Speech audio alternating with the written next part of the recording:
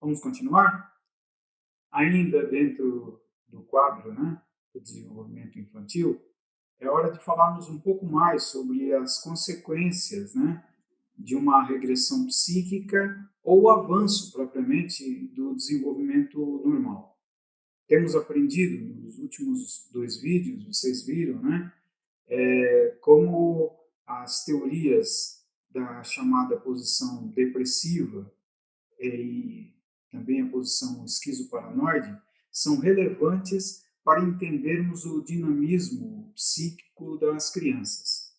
Segundo Klein, aquilo que nós chamamos de desenvolvimento humano deve ter uma relação também muito importante com o ambiente, ou seja, além de fatores endógenos, além daquilo que acontece na subjetividade, dentro do bebê, aquilo que ocorre externamente parece também ter um peso muito grande na facilitação ou no oposto, né?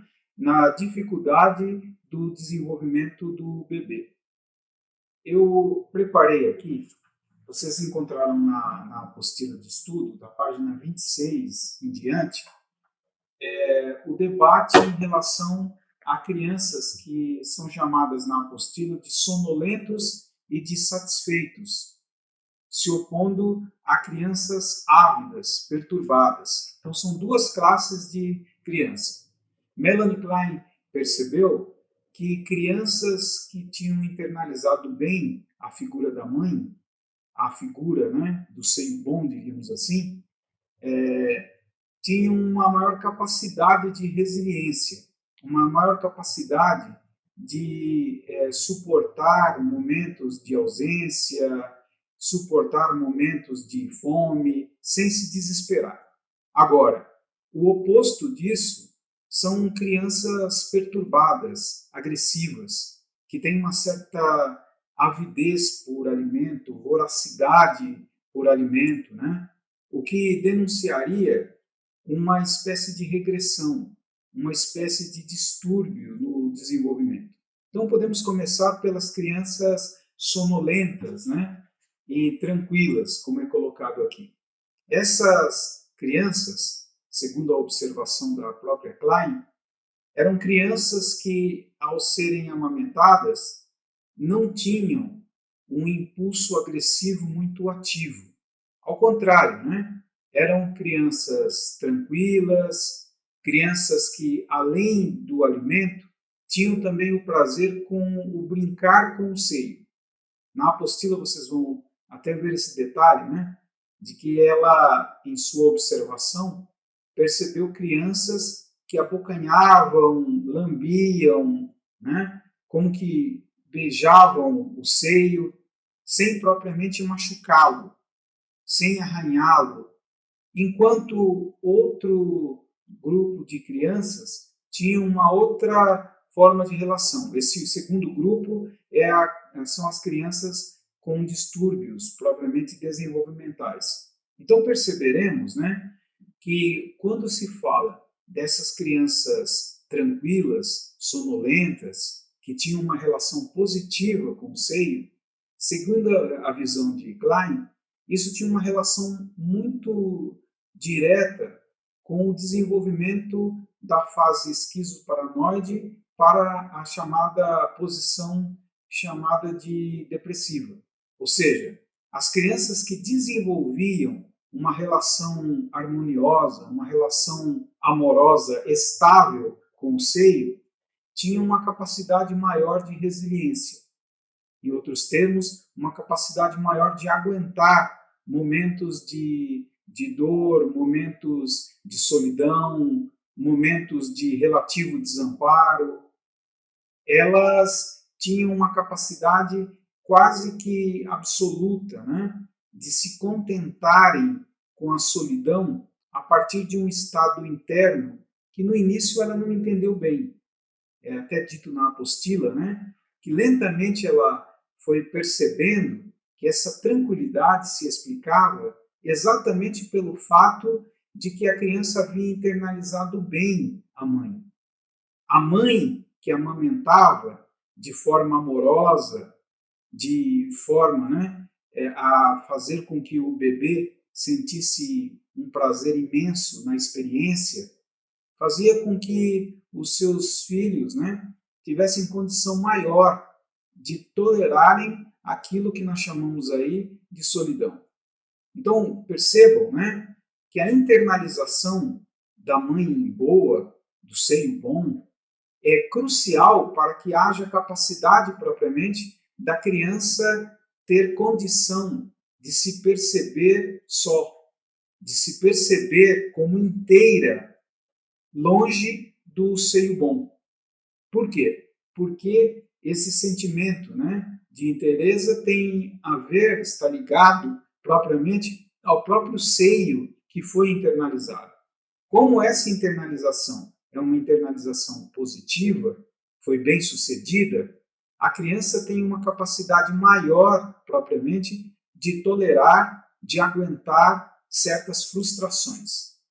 No primeiro vídeo, eu disse, né, que quando se fala de seio bom e seio mau, numa síntese assim panorâmica, um tanto grosseira, poderíamos dizer que o seio bom é o seio gratificador.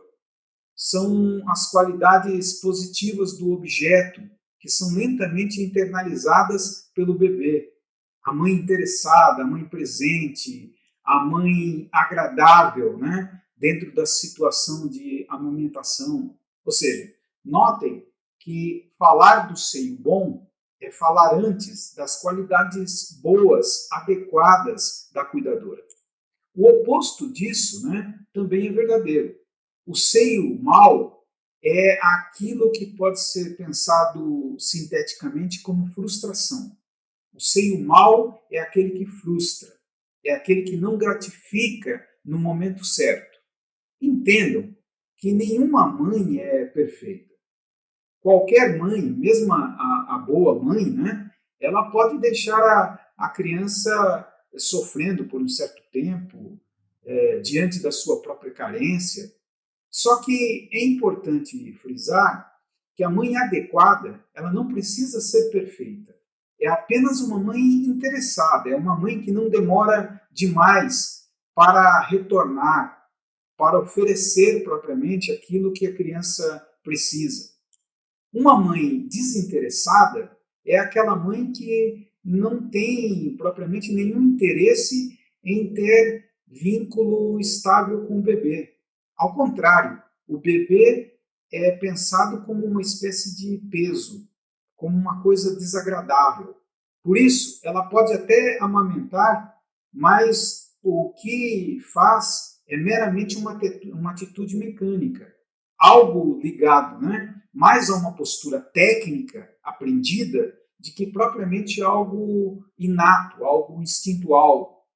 Quando falamos, né, dos aspectos bons da mãe, nós estamos falando exatamente dessa atitude interna, inata da mãe. Poderíamos dizer, né, que esse instinto materno é esse desejo propriamente de ter o máximo de experiência boa na relação com o bebê. É importante frisarmos nesse sentido que o amamentar não é bom só para o bebê, precisa ser bom também para a mãe. E quando esta, né, ama, está profundamente vinculada ao seu bebê, é lógico que a experiência de amamentação é uma experiência propriamente adequada. Quando nós falamos dos distúrbios, nós estamos falando aí de um hiato, de um vazio que se cria entre a mãe e o bebê. É o fato daquela mãe desinteressada, mãe psicótica, mãe depressiva. É importante que vocês entendam que eu não estou aqui fazendo um julgamento moral. Muitas vezes a mãe está ausente porque ela não quer ser mãe, ela não pode ser mãe, ela não tem nem condição de ser mãe. Deixar a criança aos cuidados desse tipo de mãe seria até um perigo. Vejam que há uma coisa chamada de depressão puerperal, que é a depressão pós-parto. Em alguns casos, a mãe pode psicotizar, e ao psicotizar, ela coloca em risco a própria vida do bebê. Então, o certo, em alguns casos, é mesmo separar a mãe do seu bebê, do seu filho. Agora, entendam que não num sentido moral, mas sim num sentido descritivo, o que eu estou afirmando é que a criança vai sentir lentamente um certo vazio. Ela vai ser afetada, né? Exatamente por causa dessa vacuidade, desse vazio que se abre na ausência da mãe, na falta de cuidado adequado.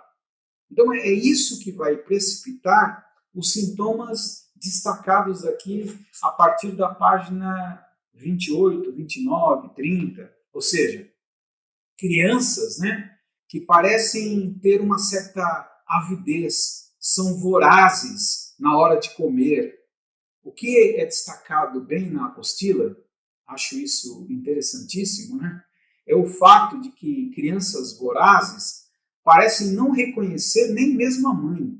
Estão mais interessados no alimento, em usufruir o máximo que podem, né, da alimentação, de que propriamente ter essa experiência integral com outro ser, com uma pessoa. E é isso que vai configurar propriamente, né, o maior dano ao desenvolvimento. A criança, nesse caso deletério, ele teria o distúrbio exatamente porque ele ficaria regredido, fixado na posição esquizoparanoide. E, portanto, ele teria uma relação parcial com o objeto. A mãe não se tornou mãe na sua mente. A mãe ainda é um seio. A mãe ainda é apenas a fonte da sua alimentação.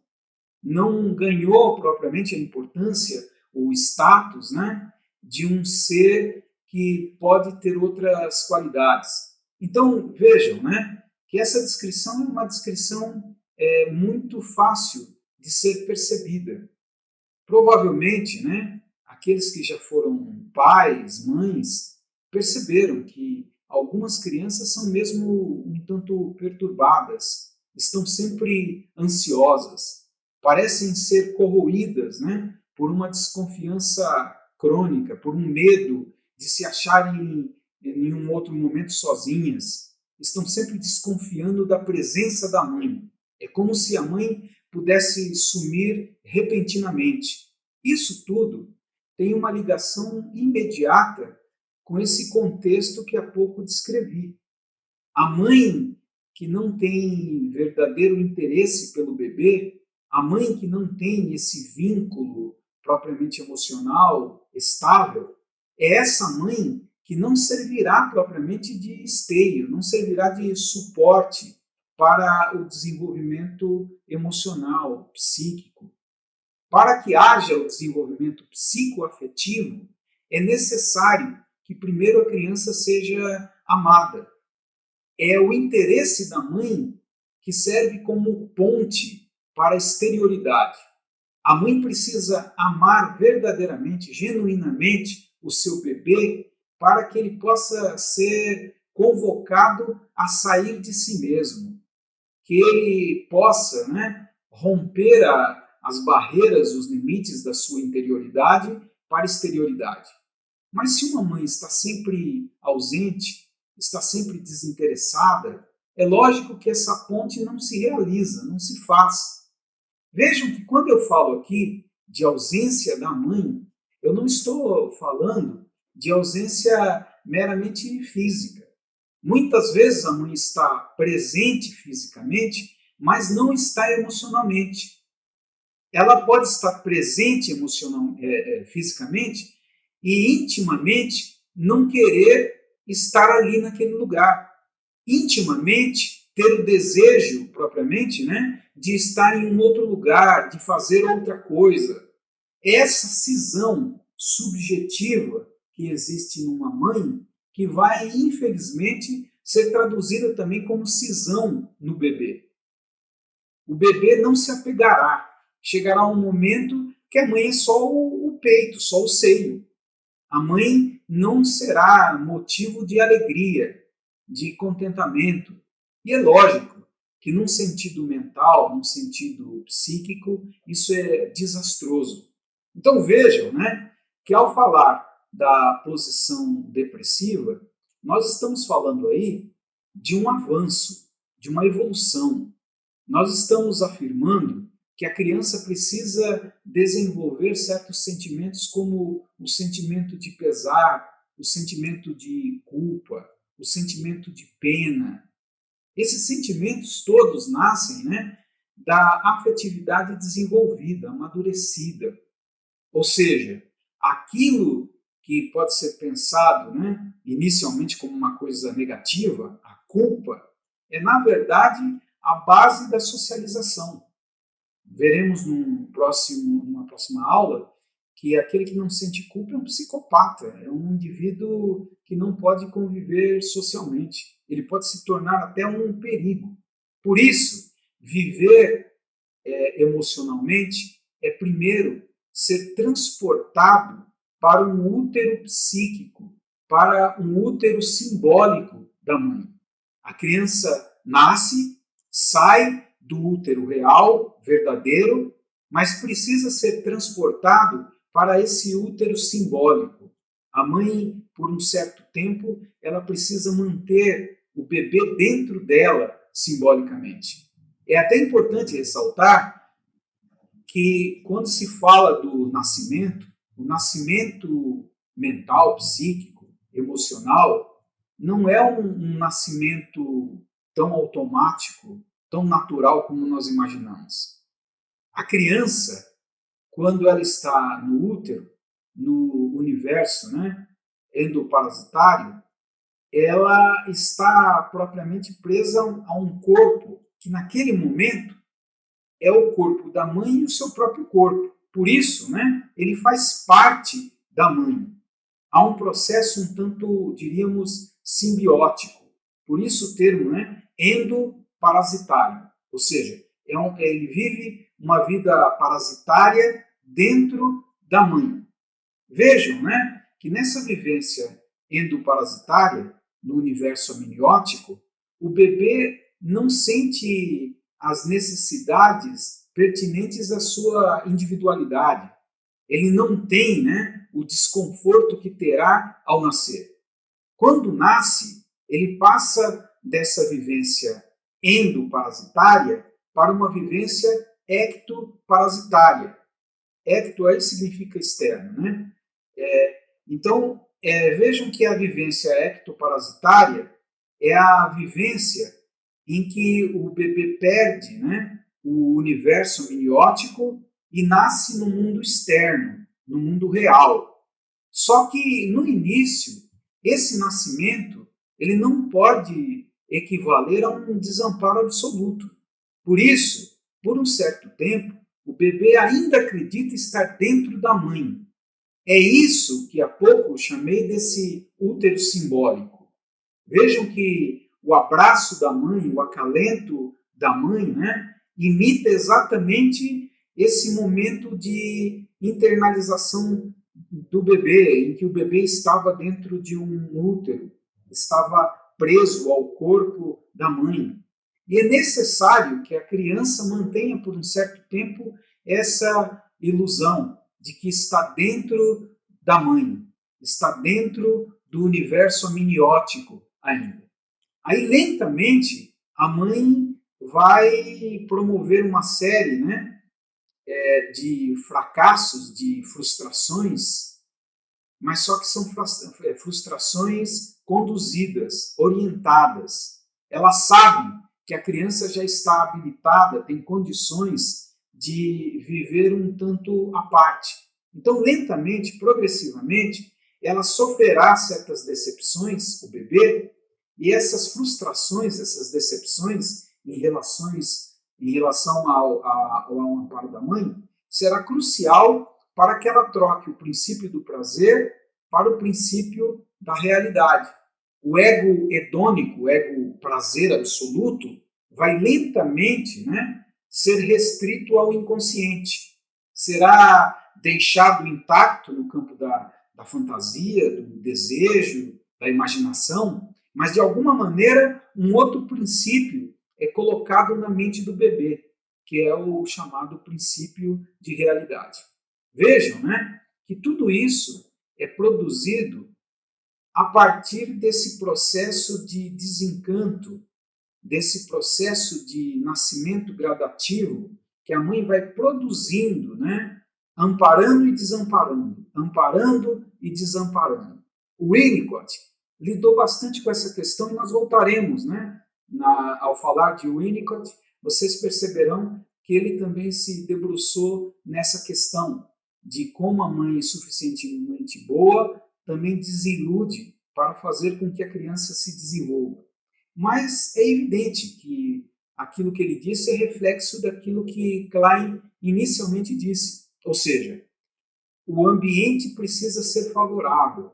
A mãe amorosa, a mãe solícita, a mãe que está vinculada afetivamente, né, ao seu bebê, é a melhor coisa, o melhor remédio para que o bebê se cure de sua angústia, para que o bebê lentamente vença o seu desamparo, as sensações angustiantes de solidão.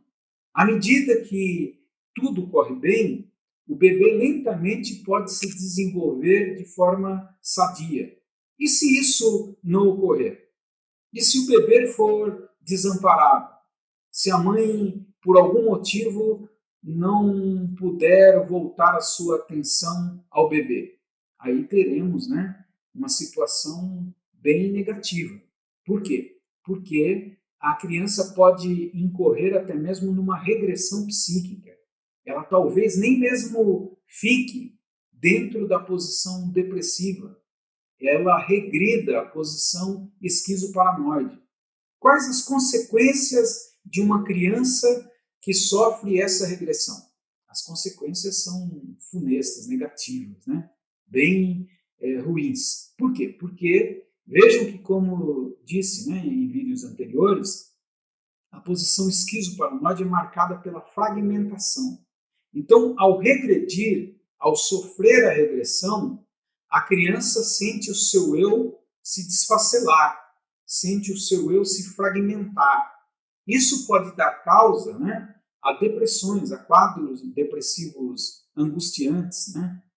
Essa escola de pensamento, a escola das relações objetais, e também uma escola próxima, a do René Spitz, deram até um nome a esse tipo de depressão, que é a depressão anaclítica.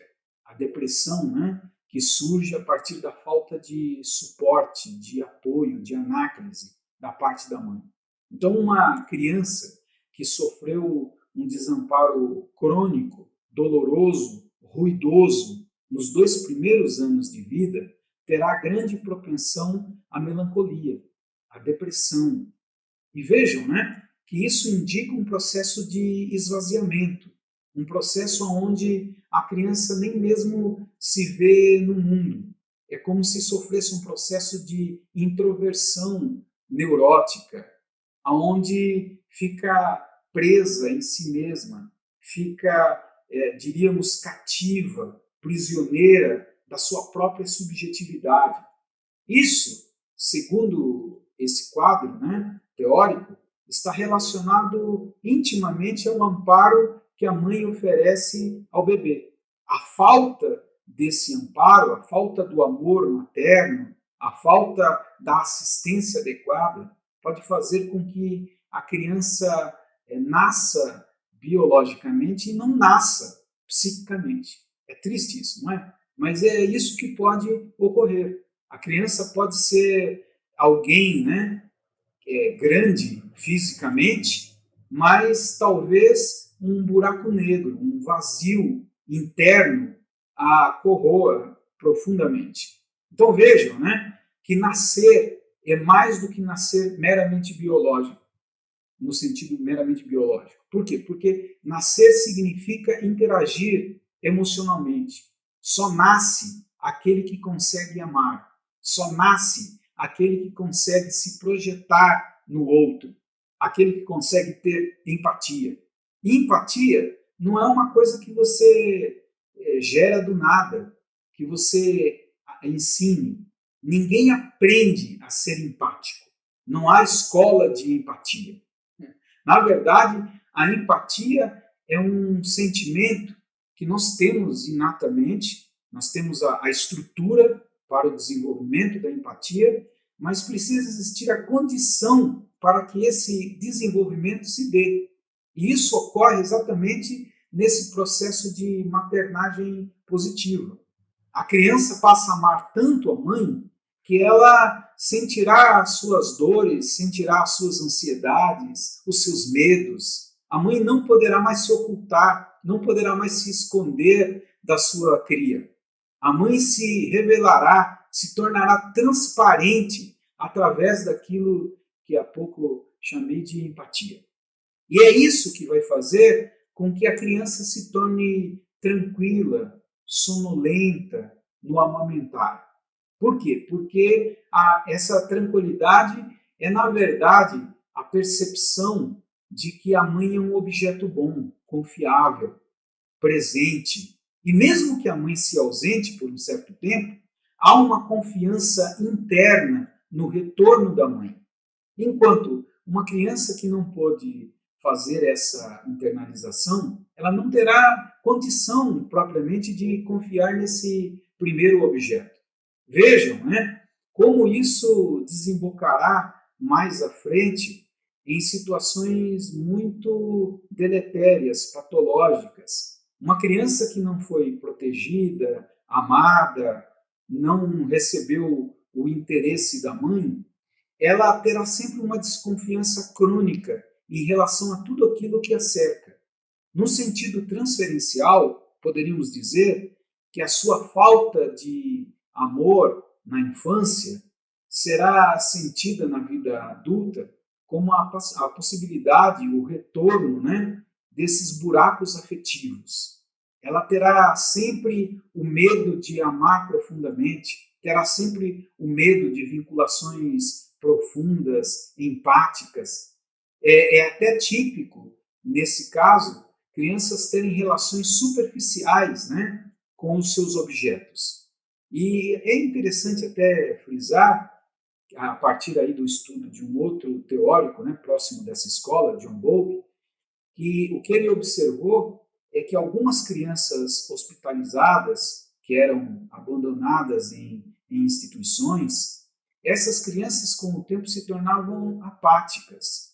Quando as mães biológicas voltavam depois de meses ou anos, é como se essas pessoas não existissem mais. Essas crianças afetadas ficavam mais presas ao brinquedo, ficavam mais presas, né, a coisas materiais, a presentes que as mães traziam, de que propriamente a pessoa da mãe. Então vejam, né, que esse é o elemento mais negativo. A regressão psíquica faz com que a criança volte às relações parciais com os objetos, não reconheça o status de pessoalidade do outro, não reconheça que o outro é um semelhante capaz de ser amado, respeitado integralmente. A criança desenvolverá uma relação de posse, de uso, que não implica necessariamente no amor. Terá a mãe apenas como um objeto entre tantos outros objetos. Tudo isso, né, é diferente na situação onde há a relação amorosa positiva, autêntica. É nesse caso que as crianças vão desenvolver uma maior capacidade de resiliência, uma maior capacidade de suportar o vazio, a dor, o desamparo, a perda por um tempo maior. Podemos até dizer que um certo sentimento de separatividade precisa ser criado a partir da relação com essa mãe positiva. Quando a mãe vai lentamente processando, né, esse processo de amparo e desamparo de uma forma lenta, gradativa, responsável, com o tempo, a criança vai internalizar e fixar um sentimento interno de separatividade. Poderíamos chamar até de senso interno de separatividade. Esse senso interno é essa capacidade de se separar sem se desesperar, se separar sem se diluir, sem se derreter. O oposto disso, né, também é verdadeiro. A criança que não consegue fixar esse senso de separatividade, ela estará sempre desesperada, sempre angustiada, sempre com um pensamento voltado à ideia da solidão, do desamparo. Vejam que crianças, né, isso é muito típico, por exemplo, de crianças abrigadas. Elas parecem sempre desconfiar do apoio dos adultos. Parecem sempre dizer, pelos seus poros, que logo aquele adulto irá desampará-la, irá deixá-la. Eles não confiam profundamente, né, no apoio dado por um agente social. Por quê? Porque, na verdade, esse sentimento negativo ao agente social nada mais é de que uma transferência daquilo que ele sentiu pela mãe, num sentido mais extenso, pelo pai.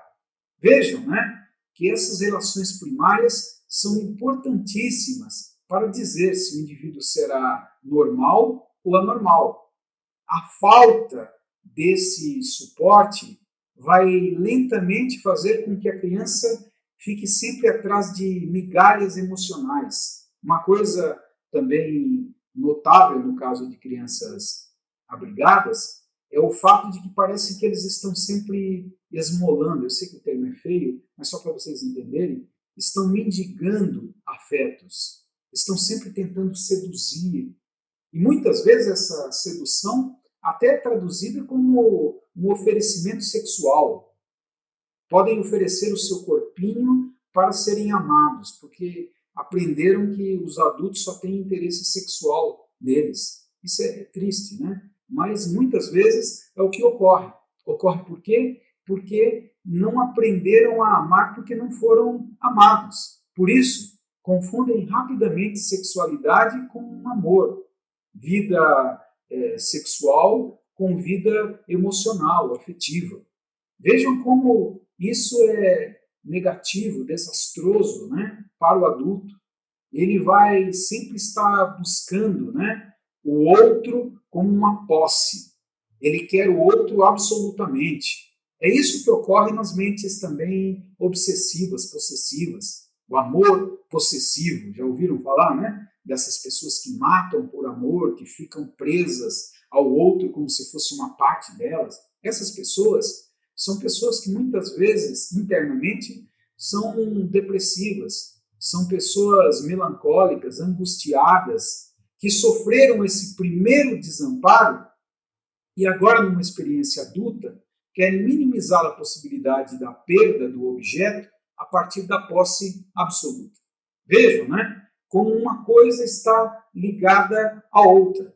É essa relação regressiva, é isso que, infelizmente, leva o adulto a ficar sentindo recorrentemente esse vazio, que levará o indivíduo a produzir uma neurose, levará o indivíduo a ficar preso na anormalidade, na doença. Nós não estamos aí falando de uma doença física, nós não estamos falando de uma doença do corpo, nós estamos falando, né, de uma doença psíquica, uma doença emocional, existencial. Ou seja, a criança precisa ser amada para se constituir como uma pessoa normal.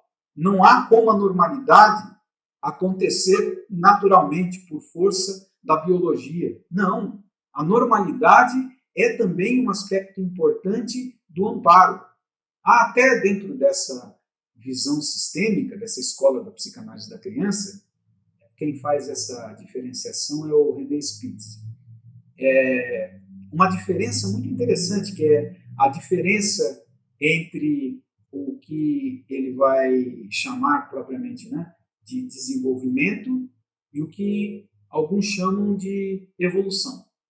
Uma criança, né, quando evolui, segundo a visão do René Spitz, ele evolui mais no sentido biológico.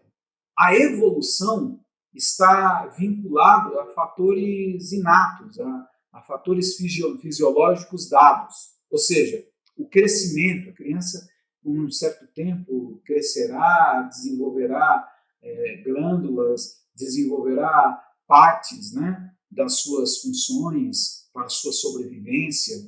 Isso tudo pode ser chamado de evolução. Ou seja, de forma automática e natural, a criança evoluirá. Agora, quando se fala do que chamamos de desenvolvimento, segundo esse teórico, Spitzer, não é bem assim que ocorre. Por quê? Porque a base desenvolvimental ocorre a partir da relação humana. Ou seja, desenvolvimento é algo que não ocorre por causa do lado biológico, e sim do lado emocional, do lado psíquico da criança. Para que ela possa se desenvolver, ela precisa ser amada, ela precisa ser desejada, ela precisa ter na mãe, no olhar da mãe, esse preenchimento narcísico. Vejam, né, que é com isso que o desenvolvimento se dará. Por isso, uma criança pode evoluir fisiologicamente, eu brinco sempre, né, ela pode se tornar um gigante, mas um embrião psíquico.